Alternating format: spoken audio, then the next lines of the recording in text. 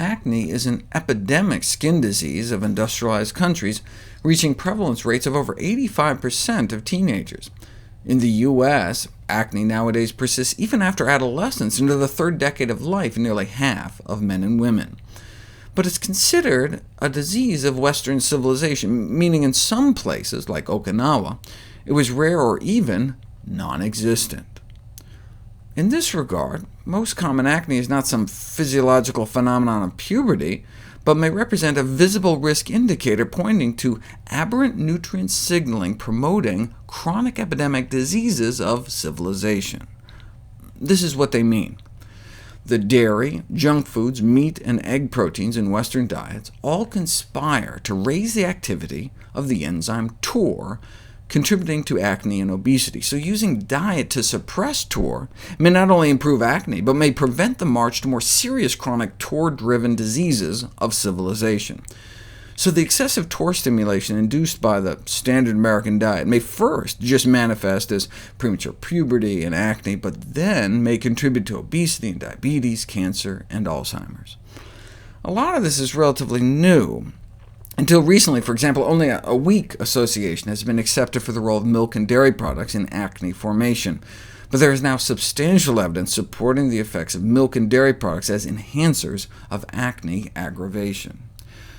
Milk is not just food, but appears to represent a most sophisticated hormone signaling system activating TOR, which is of critical concern given that TOR is recognized as a fundamental driving force for a number of diseases. But if milk is naturally supposed to stimulate TOR, why the problem? Because we're drinking milk from the wrong species. Cow's milk is designed for calves. Cow infants grow nearly 40 times faster than human infants. Cow's milk has 3 times more leucine, the primary activator of TOR, so it may lead to human TOR overstimulation.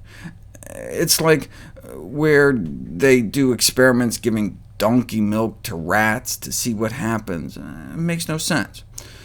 And of course, milk is for babies. Continued consumption of any kind of milk after